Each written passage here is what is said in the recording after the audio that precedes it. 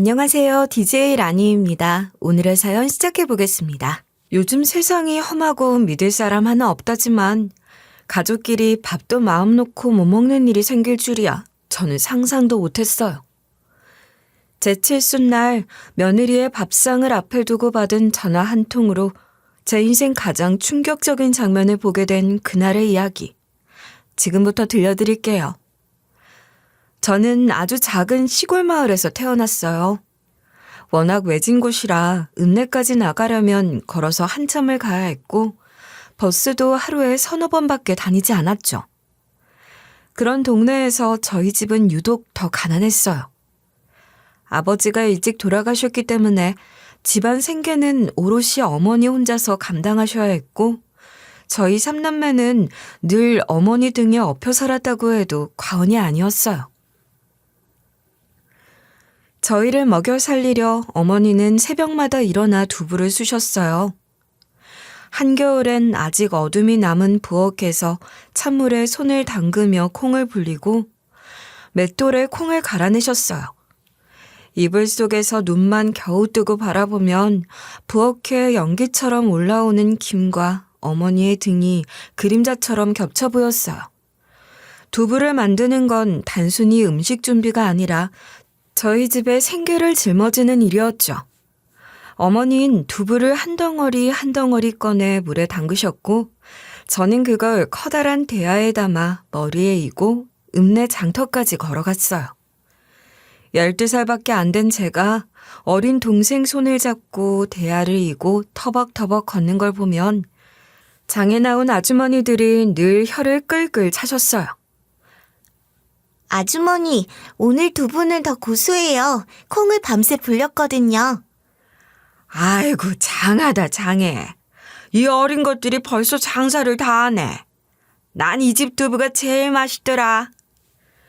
처음엔 사람들 시선이 쑥스럽기도 했지만 그날 그 두부를 다 팔아야 우리 식구가 저녁거리를 살 수 있었기 때문에 어떻게든 밝은 얼굴을 하려고 노력했어요. 웃으며 두부를 내밀고 집으로 돌아올 땐 빈 대야를 머리에 이고 장터에서 남은 파지 몇 줄과 두부 팔아 번 돈으로 산 멸치 한 줌을 꼭 안고 돌아왔죠. 학교는 읍내에 있는 중학교까지 다녔지만 그 이상은 꿈도 꿀 수 없었어요. 친구들이 고등학교로 도예지로 떠나는 걸 보며 저도 가슴이 쿵쾅거렸지만 어차피 그 길은 저에게 허락되지 않은 길이었어요. 동네 어른들도 선생님들도 아쉬워했지만 저는 한 번도 불만을 드러내지 않았어요. 장녀인 제가 어머니를 도와야 한다는 생각은 어릴 때부터 너무나 분명했거든요. 하지만 시장의 모습도 조금씩 변해갔어요. 예전엔 두부를 직접 만들어 파는 집들이 꽤 있었는데 공장에서 나온 두부가 슈퍼에도 들어오기 시작하면서 어머니가 만들던 두부는 점점 팔리기 어려워졌어요. 가격면에서도 경쟁력이 없었고요. 어머니는 그걸 아셨는지 어느 날 말없이 솥을 접으셨고 마음이 복잡했어요. 어머니가 손에서 놓으신다는 건 그만큼 제가 어른이 됐다는 뜻이기도 했고 이제는 제가 책임져야 할 때라는 걸 의미했어요. 저는 본격적으로 장사판에 뛰어들었어요. 처음 한 건 읍내 버스 정류장 앞에서 포장마차를 여는 거였죠. 천막은 중고로 구해다가 겨우 씌었고 솥도 뚜껑이 살짝 뒤틀린 걸 고물상에서 구해다 썼어요. 떡볶이, 순대, 어묵 정도만 놓고 시작했는데 국물 맛을 맞추는 게 정말 중요하더라고요. 저는 어머니가 쓰시던 멸치, 다시마, 대파 뿌리까지 넣어 우린 국물 레시피를 그대로 따라했습니다. 처음 며칠은 손님이 없어서 떡볶이도 남고 순대도 식었지만 시간이 지나면서 사람들이 입소문을 내주기 시작했어요. 옛날 어른들이 장맛이 맞아야 손님이 붙는다고들 했는데 다행히 그건 어머니의 손맛을 그대로 물려받아서인지 금방 자리를 잡았어요. 국물 떡볶이예요. 맵지 않고 달달하게 끓였어요. 우와, 진짜 맛있다. 이 소스. 학생들이 학교 끝나고 와서 떡볶이 하나씩 먹고 가고 장사 마친 아주머니들이 어묵 국물 한 컵만 줘봐 하며 들르는 모습이 하나둘 생기면서 포장마차는 늘 북적였어요. 매일 저녁이 되면 다 팔리고 나서야 집에 돌아갈 수 있었고 가끔은 남은 순대를 싸서 동생들 저녁 밥 반찬으로 내주면 어머니도 그걸 보며 웃으셨어요. 엄마, 오늘은 순대가 많이 남아서 가져왔어요. 우리 영욱이 덕분에 동생들 먹을 걱정은 안 하게 생겼네. 그렇게 포장마차가 자리를 잡자 저는 조금 더 넓은 곳으로 옮기고 싶다는 생각을 했어요. 시장 근처에 작게 나와 있는 점포가 있었고 보증금은 없었지만 월세가 조금 있었어요. 겁은 났지만 그래도 이젠 천막 말고 지붕 있는 데서 장사하자는 마음이 커져서 결국 그 가게를 얻었죠. 간판 달 돈이 없어 나무 판자 주워다 페인트로 글씨를 썼어요. 떡볶이, 순대, 김밥, 잔치국수. 메뉴는 별거 없었지만 하나하나 정성 들여 만들었죠.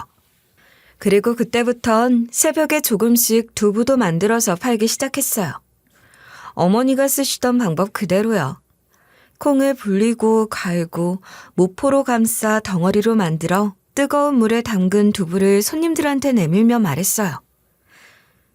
이건 저희 어머니가 가르쳐 주신 방식 그대로 만든 거예요. 기계 두부랑은 차원이 다를 거예요. 어머, 요즘도 손두부 만드는 데가 다 있네? 그렇게 말하면 단골들은 꼭 두부 한 덩어리씩을 사가셨고 이 집 두부는 옛날 맛, 손맛이 난다고 칭찬도 해주셨어요. 그런 말들이 저한테는 세상 가장 큰 위로였어요.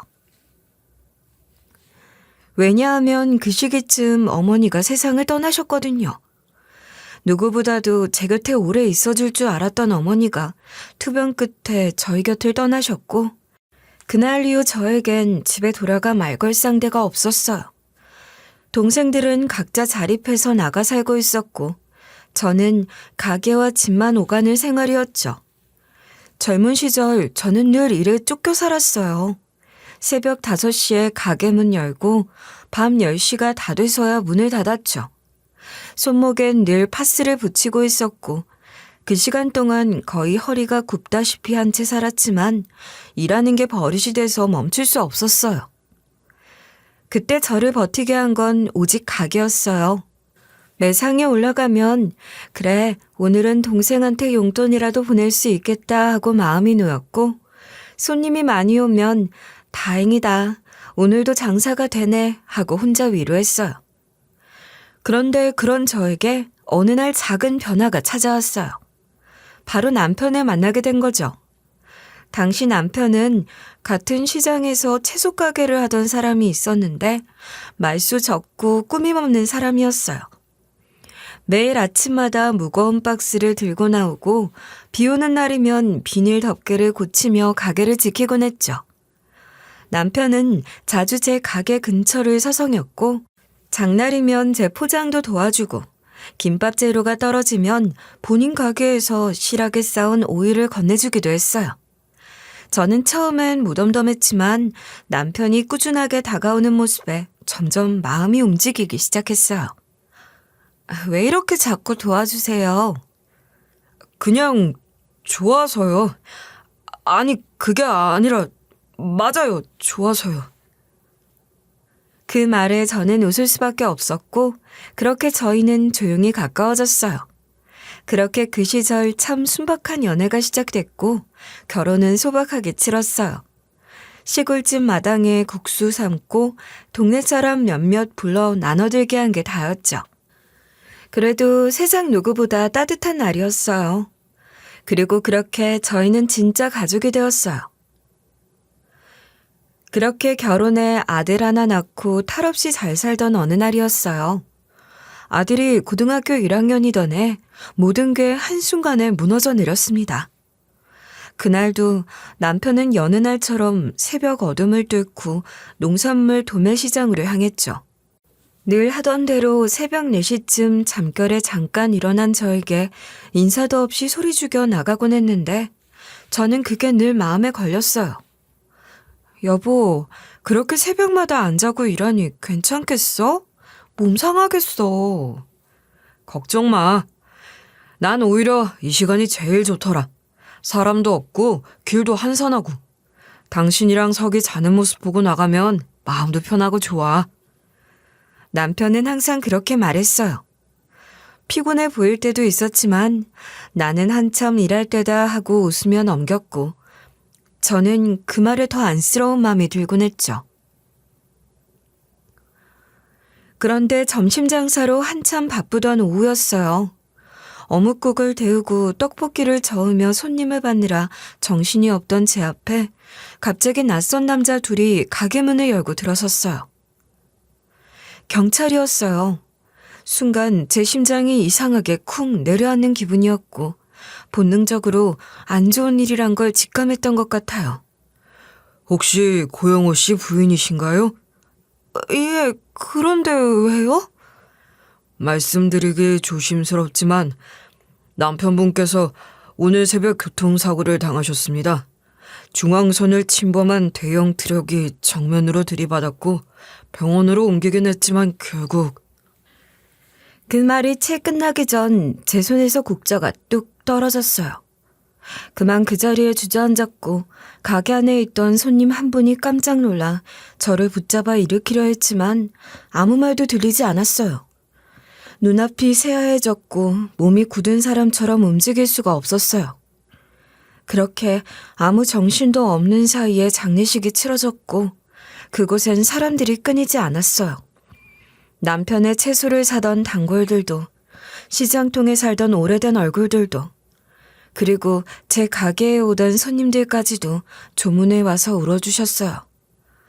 유석 아빠처럼 성실한 사람이 없었는데 늘 아침마다 먼저 나와 있었죠. 인사도 꼭 하고 손이라도 보태고. 아휴, 너무 젊은 사람이었는데 어쩜 이럴 수가 있어요. 그 말들이 고맙기도 했지만 제 가슴 속에 있는 구멍은 채워지지 않았어요. 남편이 없다는 사실 하나로 모든 것이 무너졌고 가장 걱정됐던 건 그 슬픔을 말 한마디 하지 못하고 꼭꼭 눌러 담고 있는 아들이었어요. 장례식 내내 아들은 제 옆에서 상복을 입은 채 고개를 푹 숙이고 있었고 누구보다도 아버지를 잘 따랐던 아들이었던 터라 눈물도 제대로 못 흘리더라고요. 사람들 다 돌아간 뒤에야 조용히 제 무릎에 얼굴을 묻고 훌쩍이는 그 모습을 보며 저는 마음이 찢어지는 줄 알았어요. 그렇게 장례가 끝나고 현실은 냉정하게 저를 다시 붙잡았어요.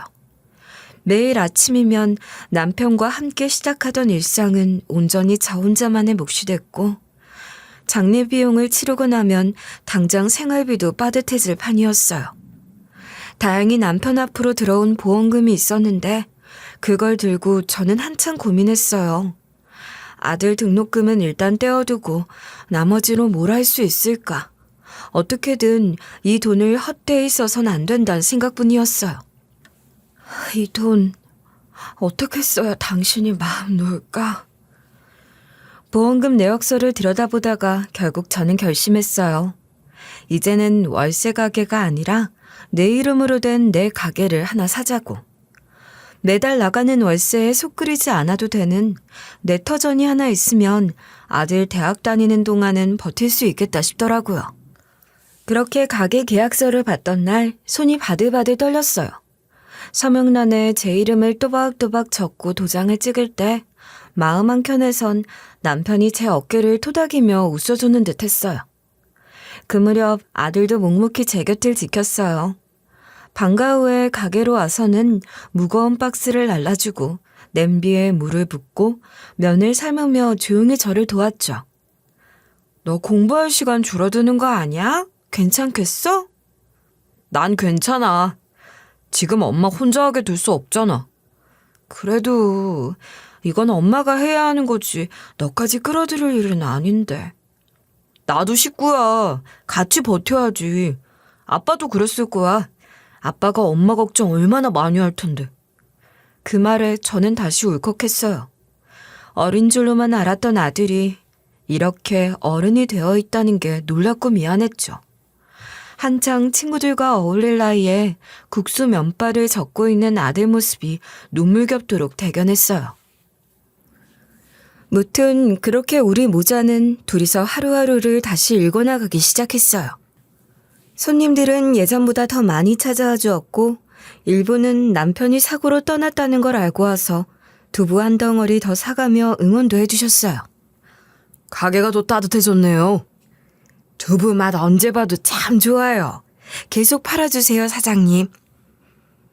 그 말들이 저에게는 삶의 작은 등불이 되었어요. 여전히 새벽에 눈을 뜨고 뜨거운 국물을 끓이고 밀가루 반죽을 하며 하루를 시작했지만 이제는 그 모든 하루가 아들과 함께여서 더 든든했어요. 남편은 떠났지만 그 보험금으로 남겨준 이 가게는 저에게 단순한 장소가 아니라 남편이 마지막으로 저희 둘에게 남겨준 울타리였죠. 그 울타리 안에서 저와 제 아들은 다시 살아가기 시작했어요. 남편이 없는 자리는 크고 허전했지만 그 빈자리를 함께 지켜나가는 하루하루 속에서 우리는 함께 버텼고 함께 울었고 함께 다시 웃을 준비를 시작했습니다. 저는 그렇게 분식집 하나 붙잡고 악착같이 살아오기 시작했어요. 하루하루 살림을 일구고 아들 학비 대고 책값에 하숙비까지 뒤처지지 않게 챙기다 보니 어느새 아들도 대학을 졸업했더라고요. 그리고 나중에 직장까지 얻어서 사회생활 시작하더니 제가 60을 간 넘긴 어느 날엔 여자친구를 데려와 인사를 시켰어요. 상견례는 우리 동네 작은 한정식 집에서 했어요. 멀리 가지 않고 조용하고 담백한 집이 좋겠다 싶었거든요. 며느리는 회사에서 재정 관련 담당을 한다고 했고 야무지게 자기 말 똑부러지게 하는 스타일이었어요. 눈빛에 힘도 있고 말끝마다 예의가 느껴졌죠. 어머님, 저희가 신혼 쪽 집은 어느 정도 마련을 했는데요. 혹시 필요한 가전이나 이런 건 차차 저희가 채워가도 될까요? 그럼 그래야지. 신혼 초엔 돈 들어갈 때가 워낙 많잖아. 급하게 채우면 후회돼. 천천히 필요한 것부터 하나씩 해. 그렇게 얘기하면서도 마음속 한구석은 짠했어요. 예단도 없고 예물도 간소하게 하자는 얘기에 맞장구 쳤지만 속으론 아들 장가 보내며 내 손으로 하나하나 챙겨줄 수 없는 현실이 조금은 아쉽기도 했어요. 그래도 작지만 아파트도 하나 얻어줬고 두 사람 안정을 찾은 모습 보니 마음 한켠이 놓였어요. 결혼식은 작게 치렀고 예식장에 앉아 두 아이가 나란히 서 있는 걸 보니 눈물이 핑 돌더라고요. 이제 진짜 내 할 일은 다 했구나. 뿌듯함도 있었지만 한편으론 이제 아들도 떠나고 정말 나 혼자라는 공허함도 밀려왔고 참 별별 생각이 다 들더군요. 아무튼 아들이 결혼을 한 후 처음 얼마간은 걱정이 없었어요. 며느린 회사 다니며 꼼꼼히 살림을 꾸렸고 아들은 하던 일을 정리하고 창업을 하겠다고 사무실을 얻어 들락거렸죠. 아이템이 스마트폰 관련된 앱이라던데 그땐 설명을 들으면서도 그래 뭔가 잘해보겠다는 마음이겠지 하고 넘겼어요. 솔직히 지금도 그때 아들이 하려던 게 정확히 잘 모르겠는데 아무튼 요즘 젊은 애들이 워낙 디지털 세대니까 뭐라도 해보겠다는 건 이해는 됐어요. 유서가, 사업은 아이디어만 갖고 되는 거 아니야. 발로도 뛰고 꼼꼼하게 따져도 보고. 에이, 그거 다 하고 있어. 동업자랑 역할 나눠서 진행 중이야. 걱정 마. 엄마는 그냥 호강할 준비나 딱 하고 있어. 큰 소리 뻥뻥 치며 웃는 아들 모습에 저도 그래 잘해봐라 하고 고개는 끄덕였지만 사실 속으론 불안했어요. 사업이라는 게 번지르르한 말 몇 마디로 되는 게 아니라는 걸 저는 시장통에서 온몸으로 겪어왔거든요. 그러던 어느 날부터였어요. 아들 얼굴이 자꾸 어두워졌고 집에 와서도 말수가 줄어들기 시작했어요. 밥은 제대로 안 먹고 멍하니 앉아있기도 하고 심지어는 며느리가 부르면 잠깐만 하고 방에 들어가 문 닫는 일도 많아졌다고 하더군요. 그러다 며칠 뒤 저한테 돈을 빌려달라고 하더라고요. 엄마 혹시 사업자금 조금만 도와줄 수 있어? 얼마나? 한 3천만 원 정도. 금방 메꿔. 투자금 들어오면 바로 갚을 수 있어. 단기야, 단기. 안 돼. 엄마는 지금 여윳돈 없어. 그리고 그건 네가 감당해야 할 몫이야. 아니 엄마, 진짜 이건 마지막이야. 지금만 넘기면 된다니까? 기회 놓치면 다 끝난다고. 기회는 그렇게 쉽게 오는 게 아니야. 급하게 굴수록 더 조심해야 되는 거야. 엄마는 못 도와줘. 그렇게 단칼에 거절했어요. 아들이 섭섭해할 수 있다는 걸 알면서도 그게 아들을 위한 일이라고 생각했죠. 그런데 며칠 뒤 일이 터진 거예요. 앱 런칭을 위해 입점하기로 했던 점포들이 갑자기 발을 뺐고 광고된 계약금이 묶였다는 연락이 왔대요. 사무실 임대료는 몇 달째 밀려 독촉장이 날아들었고 동업자는 연락이 끊겼고요. 가장 결정적인 건 개발비 명목으로 선지급했던 돈이 온데간데 없이 사라졌단 거였어요. 개발사 대표란 사람은 하청을 줬다고 했고 하청업체는 처음 듣는다는 식으로 계좌는 텅 비어 있었대요. 그 이후로 아들은 완전히 무너졌습니다. 며칠씩 술에 취해 들어오기도 하고 혼잣말을 중얼거리기도 하고 며느리 앞에서도 큰 소리치다 말없이 고개 숙이고 방에 틀어박히는 날이 늘어났어요. 보기 괴로웠어요. 분식집에서 한창 일하다가 문득 그 아이가 무너지는 모습이 머릿속을 떠오르면 손에 잡고 있던 김밥도 튀김도 던져버리고 싶을 정도였어요. 그때 움직인 건 며느리였어요. 아들보다 2살 어린 며느린 그런 상황에서도 참 침착했어요. 사무실 임대인과 만나 임대차 중도해지 합의를 받아냈고 계약금 문제가 있는 업체엔 내용 증명을 보내고 동업자 개인 계좌엔 지급 명령 신청서를 넣어 가압류를 걸 준비까지 하더라고요. 너무 무리하는 거 아니야? 너도 일 다니면서. 괜찮아요, 어머니. 제가 할 수 있는 건 제가 해야죠. 지금 남편이 이래서 집안이 말이 아닌데. 그래도 누군간 정신 붙들고 정리를 해야 하잖아요. 넌 그런 일처리를 어떻게 그렇게 잘하니? 회사에서 계약 관련 일을 오래 했어요. 이쪽 일은 많이 겪었고요. 요령은 좀 있어요. 저는 평생을 두부 만들고 국수나 삶으며 살아왔고 법적으로 뭘 어떻게 해야 한다는 건 뉴스에서나 들었던 이야기였는데 며느린 통신사 기지국 조회, 계좌 추적 신청, 형사와 민사 절차를 동시에 진행하는 걸 능수능란하게 해내고 있었어요. 며느리지만 참 대단하고 멋지단 생각이 들더군요. 형사로 압박을 주면 민사합의가 빨라져요. 상대방이 법원 앞에 서는 걸 꺼릴 테니까요. 그렇게 1-2달이 지나자 가장 급한 불은 겨우 껐어요. 빚은 남았지만 손실을 줄일 수 있었고 아들도 조금씩 제정신을 찾기 시작했어요. 그제야 아들이 며느리 앞에 납작 엎드려서 내가 미안하다, 다 잘못했다 고백했대요. 네 마누라 말 평소에도 좀 들었어야지. 내가 뭘 했냐? 사업한다고 눈 비집히지 말라고 그랬지? 엄마까지 그러지 마. 나도 이제 정신 차렸어. 엄마한테도 걱정시켜서 미안. 이제 안 그럴게. 내가 잘할게. 그 말에 저는 마음이 울컥했어요. 아들이 정신을 차리고 며느리가 여전히 곁에 있어준다는 것만으로도 감사했어요. 내 자식이 한심해지지 않도록 끝까지 붙들어준 사람이 저에겐 참 고마웠어요. 어머니, 그때 돈 안 빌려주신 거 정말 잘하셨어요. 그런 거 맞나? 그럼요. 어머니가 단호히 안 해주셨기 때문에 그이가 더 큰 잘못은 안 한 거예요. 그렇게 아들의 처절한 실패를 며느리가 온몸으로 막아낸 뒤로 우리 집안은 간신히 다시 숨통이 트이기 시작했어요.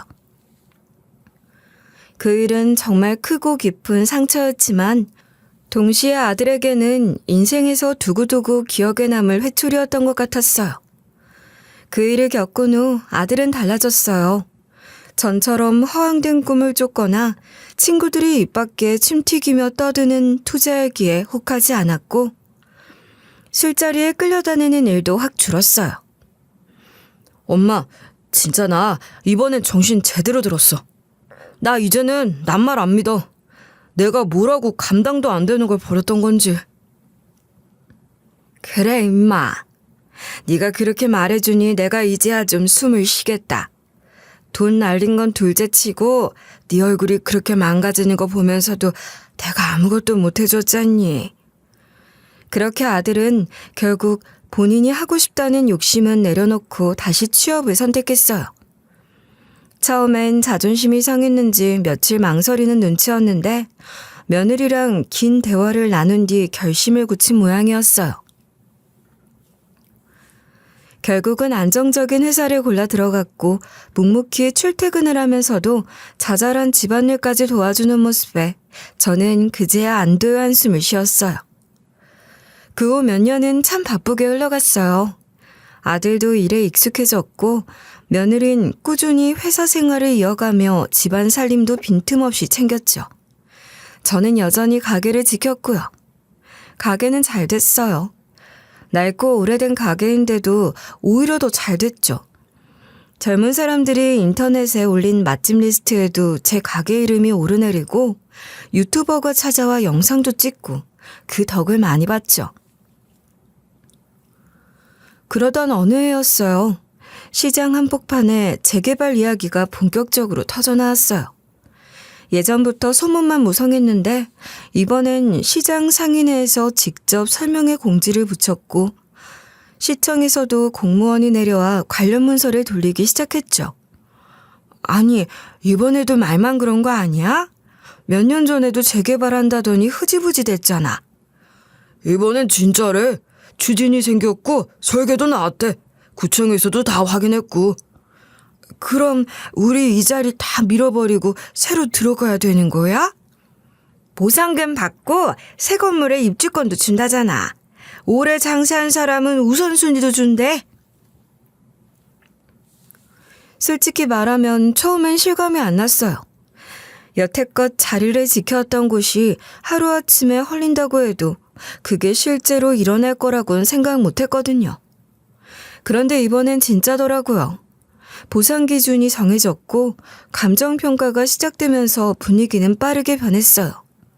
다들 평소엔 웃으며 인사하던 사람들이 갑자기 말수가 줄고 눈빛이 달라지기 시작했어요. 서로 눈치를 보며 누가 얼마를 받는지, 누가 더 혜택을 받는지 따지기 시작한 거죠. 그때부터 저도 조금씩 혼란스러워지기 시작했어요. 제 가게는 분명 시장 입구 도로변에 있어서 유동인구가 가장 많은 곳이었고 매출도 꾸준히 높았어요. 그런데 추진위원회에선 이상한 이유를 들며 제 보상 기준을 깎으려 들기 시작하는 겁니다. 여기 가게는 원래 임시구조물이었죠? 점포로 보기엔 좀 애매하네요. 애매하긴요. 20년 넘게 여기서 장사했는데요. 제 명의로 등기도 돼 있어요. 건축물 대장에 등록된 시점이 문제예요. 그전엔 그냥 점유 상태였던 걸로 보이거든요. 법적으로 따지면 영업권이 약하다는 얘기예요. 속이 뒤집어지는 줄 알았어요. 뭐 하나 제대로 보지도 않고 괜히 깎아내릴 구실부터 찾고 있으니 억울하기도 하고 분하기도 했죠. 더 화가 났던 건 몇몇 상인들이 위원회 쪽 편을 들면서 아예 저를 몰아가려 한 거였어요. 거긴 원래 한동안 비어 있었잖아. 그거 다 기억해. 비어있긴 누가 비어요. 그땐 리모델링 한다고 며칠 문 닫았던 거잖아. 당신도 그때 옆에서 봤잖아요. 그건 뭐 나는 잘 모르겠고 주진이에서 알아서 판단하겠지. 그 대화를 들으면서 저는 머리를 얻어맞은 기분이었어요. 바로 옆에서 매일같이 얼굴 마주치던 사람들인데 어떻게 입을 맞춰가며 없는 얘기 지어낼 수 있는 건지. 엄마, 그냥 넘어가지 마. 이건 진짜 아니야. 내가 뭘 어쩌겠니. 증거도 없는데. 사람 입으로 하는 일이 제일 무서운 거야. 그럼 시청에 민원 넣고 변호사 찾아보자. 등기랑 매출 내용만 봐도 엄마가 장사 얼마나 오래 했는지 다 나올 거 아니야.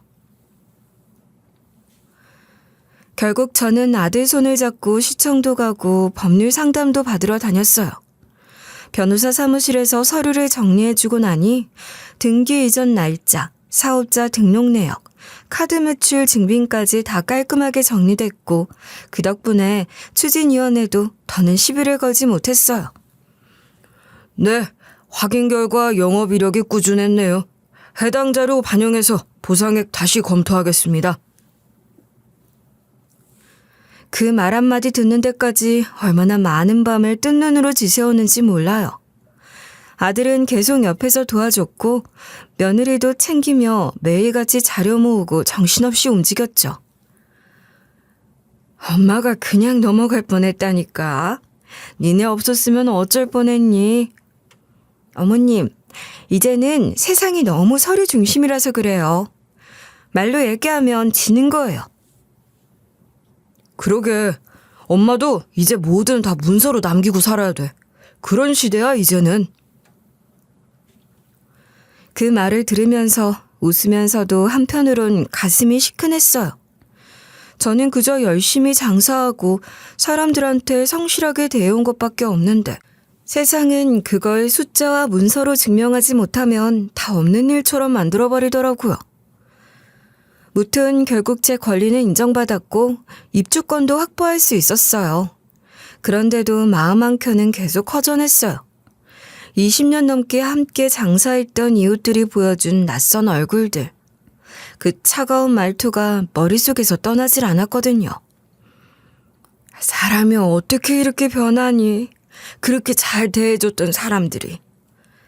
돈 앞에선 진짜 아무도 믿지 마세요. 어머님, 요즘 참 무서운 세상이잖아요. 그 말이 참 씁쓸했어요. 하지만 또 맞는 말이기도 했고요. 세월이 흐르고 사람도 바뀌고 상가 하나 바뀌면 관계도 다 무너지는 거니까요. 그 이후로 저는 장부를 더 철저히 정리하기 시작했어요. 매출이 얼마고 고정 지출이 어디 들어가고 물류는 어디서 들어오는지 다 노트에 따로 적었어요. 사람은 못 믿어도 기록은 배신하지 않으니까요. 그리고 얼마 뒤 칠순이 코앞으로 다가왔을 무렵 저는 그저 조용히 밥 한 끼 가족이랑 먹고 싶다는 생각뿐이었어요. 별다른 잔치도 필요 없었고요. 그런데 막상 칠순 당일은 아들의 출장 일정이 잡혔다며 함께 시간을 보내기 어렵다고 하더라고요. 목소리는 미안해했지만 그게 어디 아쉬움이 안 남겠어요. 엄마, 미안해. 출장 일정이 이번 주에 갑자기 잡혀서 어쩔 수가 없었어. 그래, 일이라는 게 그렇지 뭐. 바쁜 거야 좋은 거지. 주말엔 꼭 갈게. 그때 칠순잔치 제대로 해줄게. 엄마 좋아하는 갈비찜도 해놓고. 됐어. 내 나이에 무슨 잔치야. 늙은 게 뭔 자랑이라고. 그냥 얼굴이나 한번 보고 밥이나 먹으면 됐지. 그렇게 말하긴 했지만 마음 한편으론 조금 서운했어요. 그래도 아들 말처럼 주말에 보자고 하니 저는 그날은 그냥 조용히 아들네외 집에 들르기로 했어요.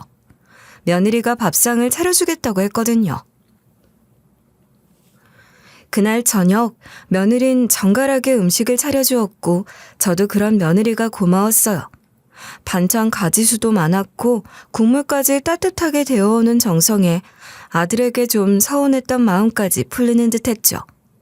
그런데 그 순간 국에 숟가락을 막 담그려던 그 찰나 전화벨이 울렸어요. 화면엔 아들의 이름이 떴고 저는 무심결에 통화를 눌렀죠. 엄마, 내 말에 대답하지 말고 그냥 듣기만 해. 지금 지영이랑 있지. 절대로 아무것도 드시지 마세요. 엄마, 지금 진짜 조심하셔야 돼. 아무것도 먹지 마시고 지영이 앞에서 아무 말도 하지 마세요. 내 말 알아듣지? 아들 목소리는 너무도 다급했어요. 단숨에 심장이 철렁 내려앉았죠. 도대체 무슨 말인지, 왜 그런 전화를 했는지 알 수 없었지만 아들의 말투엔 절박함이 담겨 있었고 저는 그 말 한마디에 머리가 하얘졌어요.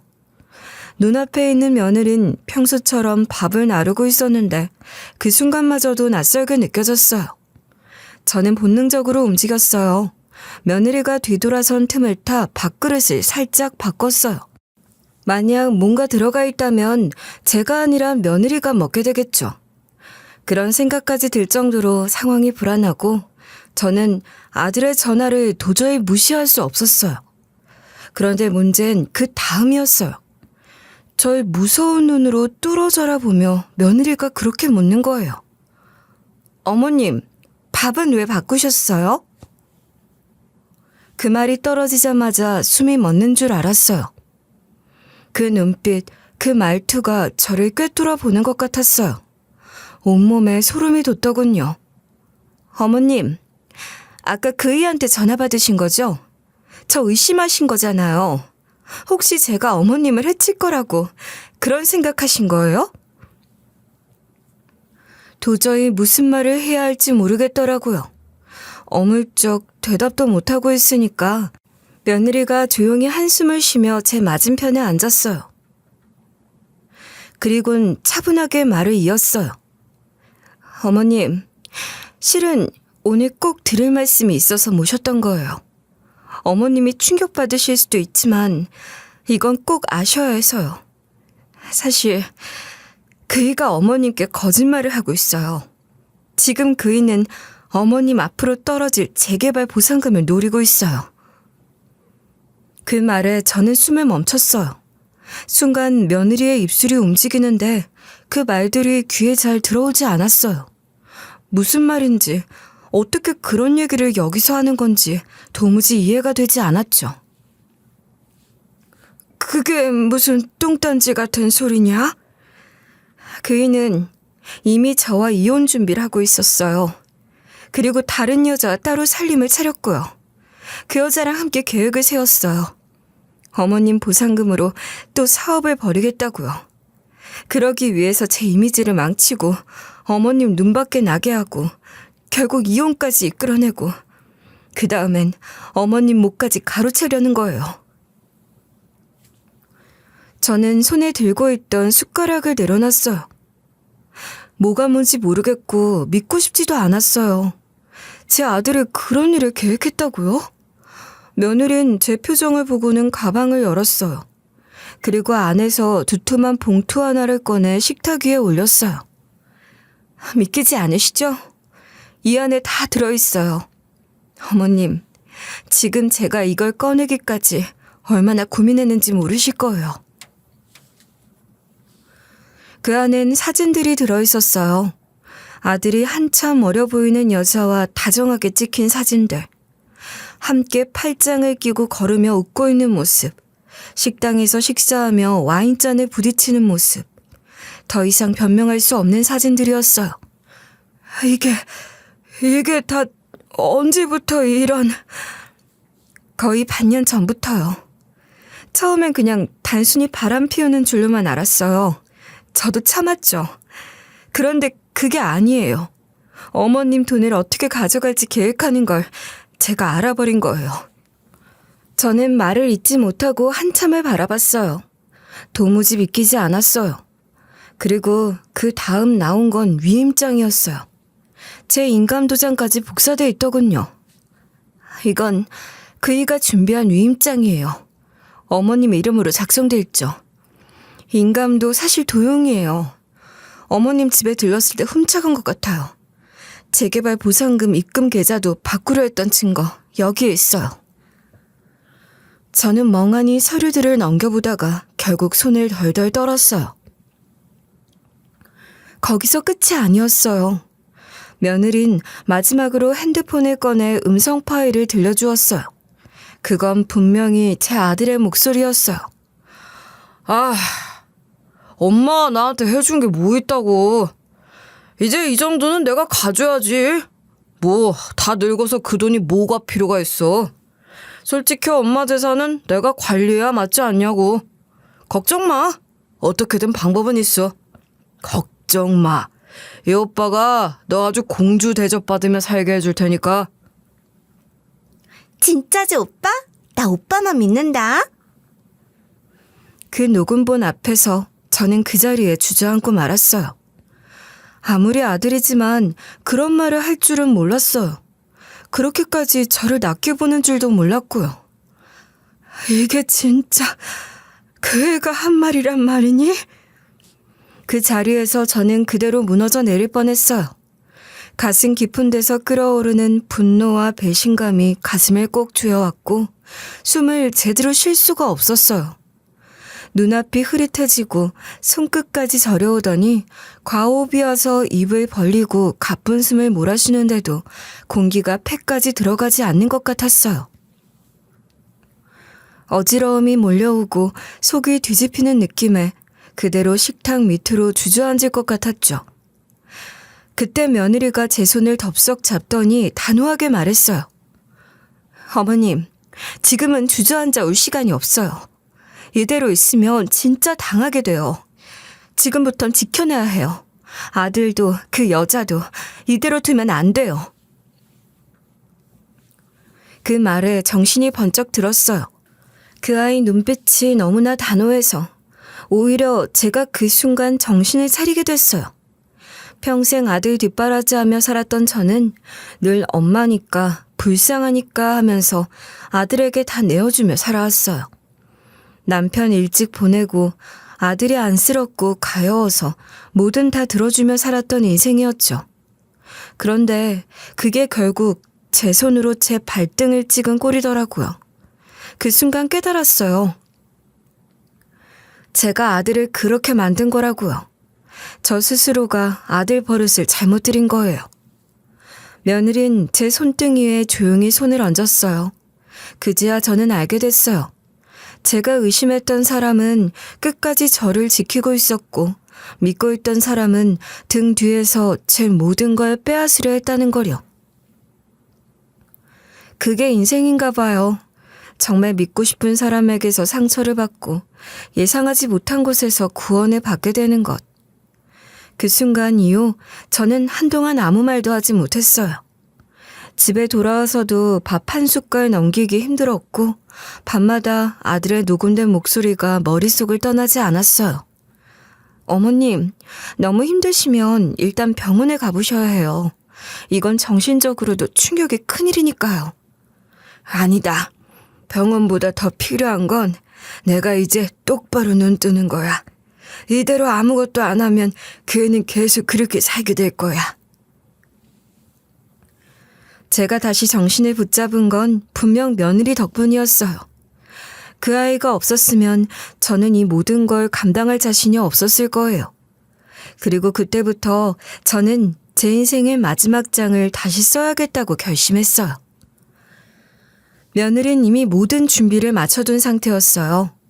그 아이는 처음부터 모든 걸 다 알고 있었지만 제가 받을 충격을 생각해 입을 다물고 있었던 거였어요. 아들이 바람난 여자와 나눈 녹음 파일, 제 도장을 도용해 만든 위임장, 그리고 그 여자와 짜고 꾸민 조작 서류들까지 전부 증거로 정리해뒀더라고요. 이건 어머님이 직접 변호사한테 들고 가셔야 해요. 어머님 명의로 된 모든 재산, 지금이라도 막을 수 있어요. 더 늦기 전에 움직이셔야 해요. 다음 날 우리는 곧장 변호사 사무실로 향했어요. 며느리는 서류 봉투를 꼭 껴안은 채 제 옆자리에 앉았고 저는 아직 멍한 상태로 따라갔어요.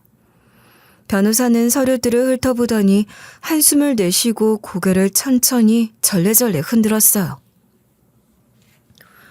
이 정도면 충분히 법정에서 이길 수 있습니다. 위임장 무효 확인은 물론이고 가처분도 바로 넣어야 합니다.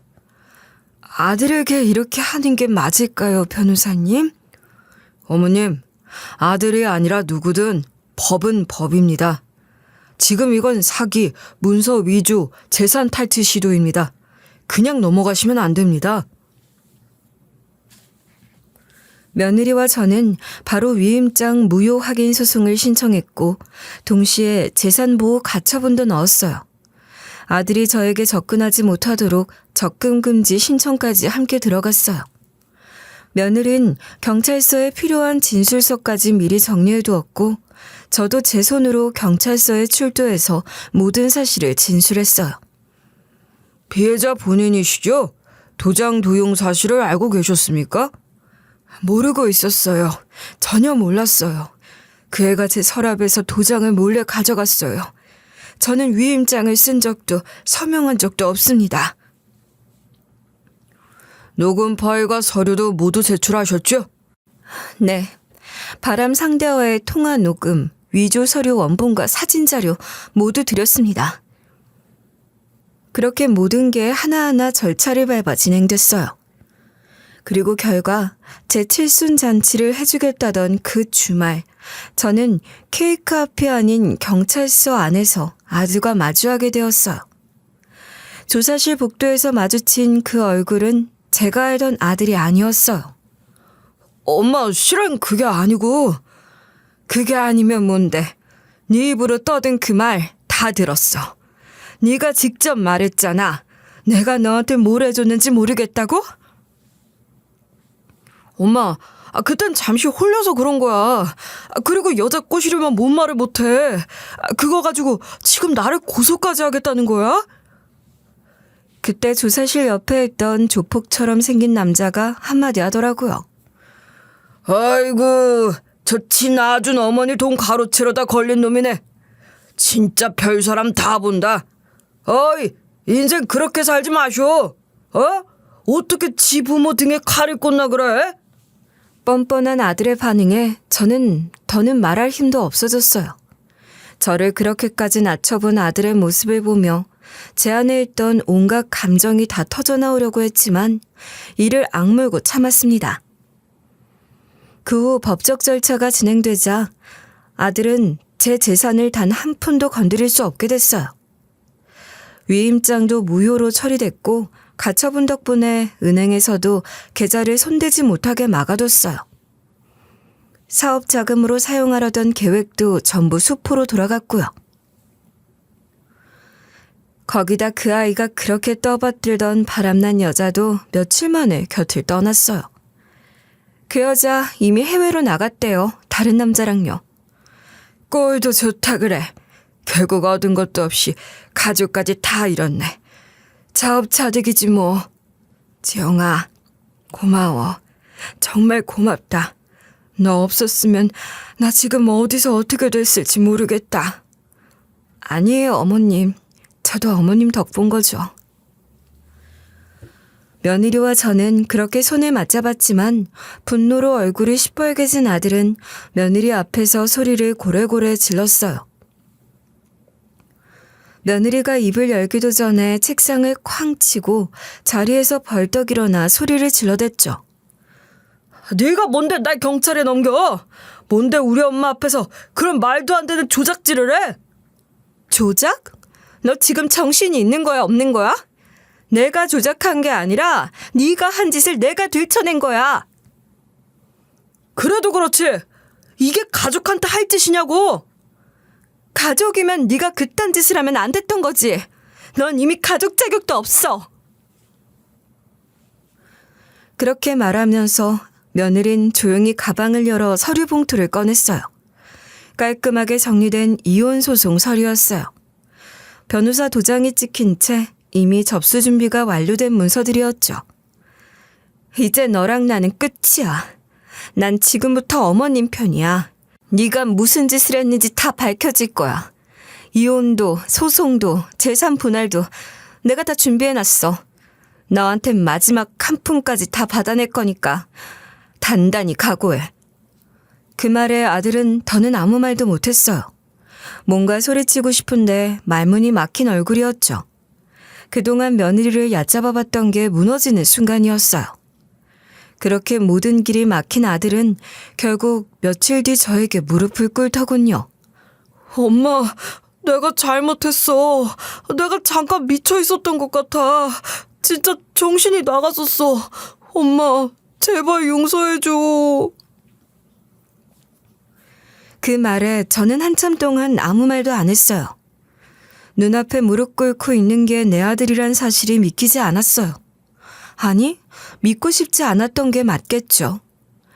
그러다 저는 조용히 한 발 앞으로 다가가 아들의 얼굴을 내려다보며 입을 열었어요. 네가 내게서 빼앗으려던 게 돈뿐이었을 것 같니? 네가 짓밟으려고 했던 건 네 아버지가 목숨 걸고 지켜낸 이 가정이었어. 내가 평생 두 손으로 일구고 지켜온 이 집과 가게, 그리고 내 마지막 자존심이었어. 그걸 네가 발로 짓밟으려고 했어. 그런 너한테 내가 뭘 더 줄 수 있을 것 같니? 아들은 고개를 들지 못한 채 제 발목을 붙잡았어요. 엄마, 제발. 단 한 번만, 마지막 기회만 줘. 내가 진짜 잘할게. 나 진짜 정신 차렸어. 진짜야. 하지만 저는 차갑게 발을 뿌리쳤어요. 더는 흔들릴 마음이 남아있지 않았어요. 마음은 이미 굳어 있었고 다시 물러설 이유가 없었어요. 다시는 내 앞에 나타나지 마라. 네 이름은 이제 내 마음에서도 지울 거야. 네 발자국 하나, 네 그림자 하나도 이 집 근처에 얼씬하지 마라. 들려도 못 본 척 할 거고 보여도 외면할 거야. 넌 이제 내 아들이 아니다. 그 말에 아들은 주저앉았어요. 바닥에 털썩 주저앉고는 소리 없이 울기만 했어요. 저도 가슴이 철렁했지만 그게 후회나 슬픔은 아니었어요. 오히려 속이 후련했어요. 평생 처음으로 저 자신을 지켜냈다는 생각이 들었어요. 그 순간만큼은 제가 누군가의 엄마이기 전에 제 삶의 주인이란 사실을 온몸으로 느꼈어요. 며느린 결국 이혼 판결을 받아냈고 아들이 불륜으로 인한 책임을 져야 했기 때문에 위자료도 크게 나왔어요.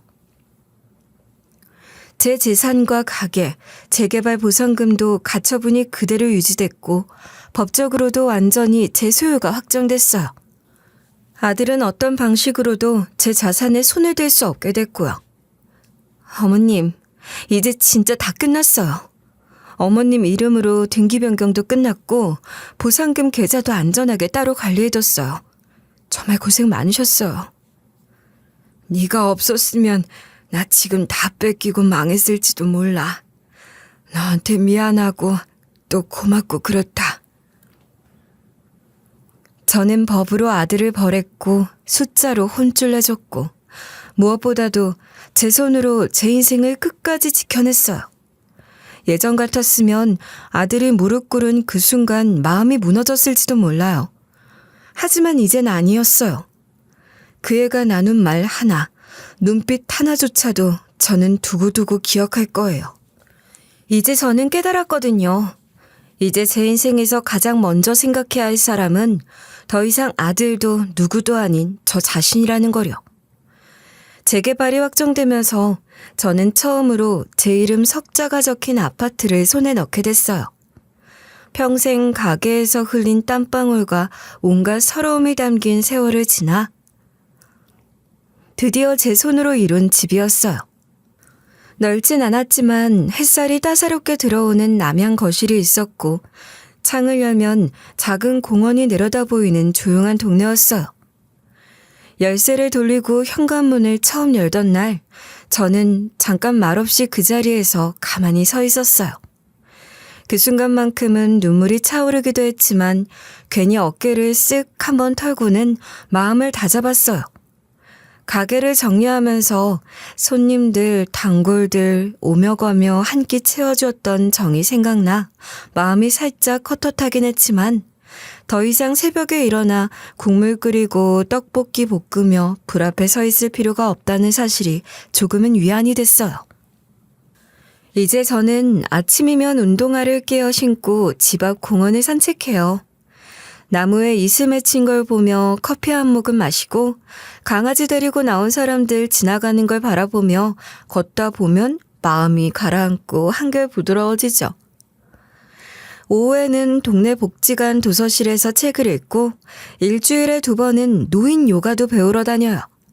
처음엔 몸이 안 따라줘 허리도 뻐근하고 다리도 후들거렸지만 선생님 말대로 매일 조금씩 하다 보니 어느 순간 자세도 바로 잡히고 밤에 잠도 더 잘 오더라고요.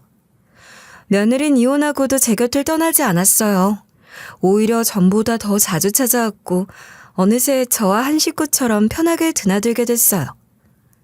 지영아, 이제 이렇게 자주 안 와도 돼. 어머님, 저는 여기가 정말 편해요. 어머님 저 많이 아껴주셨잖아요. 할머니, 떡볶이 해줘요.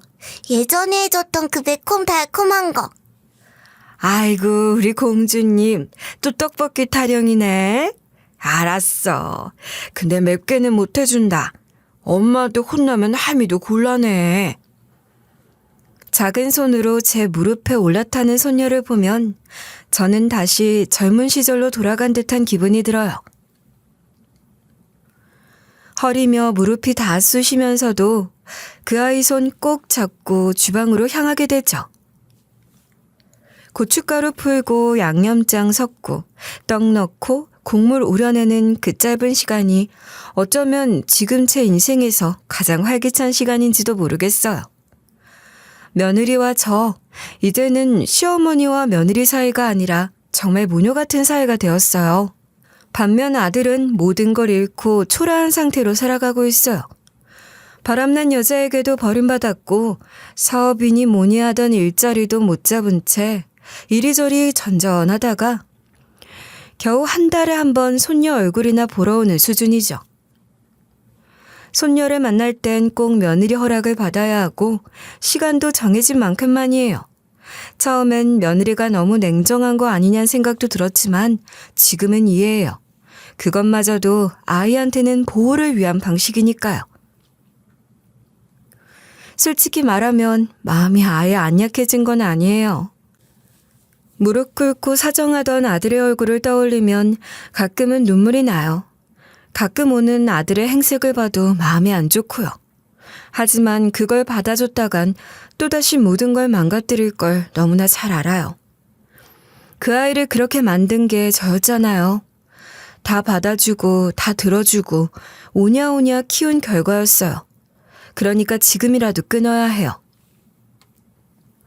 이젠 저도 배워야 해요. 마음이 약하다고 사랑이라는 건 아니니까요. 그래도 저에겐 남은 사람들이 있어요. 매주 함께 웃으며 밥을 먹는 며느리, 제 손 꼭 잡고 놀이공원 가자고 졸라대는 손녀. 이 2사람만 있으면 저는 충분해요. 부족한 것도 없고 외로운 것도 없어요. 늦은 나이에 찾아온 평안, 다시는 흔들리지 않을 작은 행복. 그게 바로 지금 제 삶의 마지막 장을 채워주는 선물인 것 같습니다. 가족이라고 해서 언제나 내 편이 되라는 법은 없고 피를 나눴다고 해서 다 사랑할 이유도 없어요. 중요한 건 서로를 지켜주는 진짜 마음이죠. 제가 늦게라도 제자리를 되찾을 수 있었던 건 한 번쯤은 싸워야 했던 순간을 놓치지 않았기 때문이라 생각해요. 누군가에게 흔들리고 있다면 혹은 누군가에게 휘둘리고 있다면 부디 오늘 이 이야기가 작은 용기의 씨앗이 되길 바랍니다. 제 이야기 끝까지 들어주셔서 정말 감사합니다.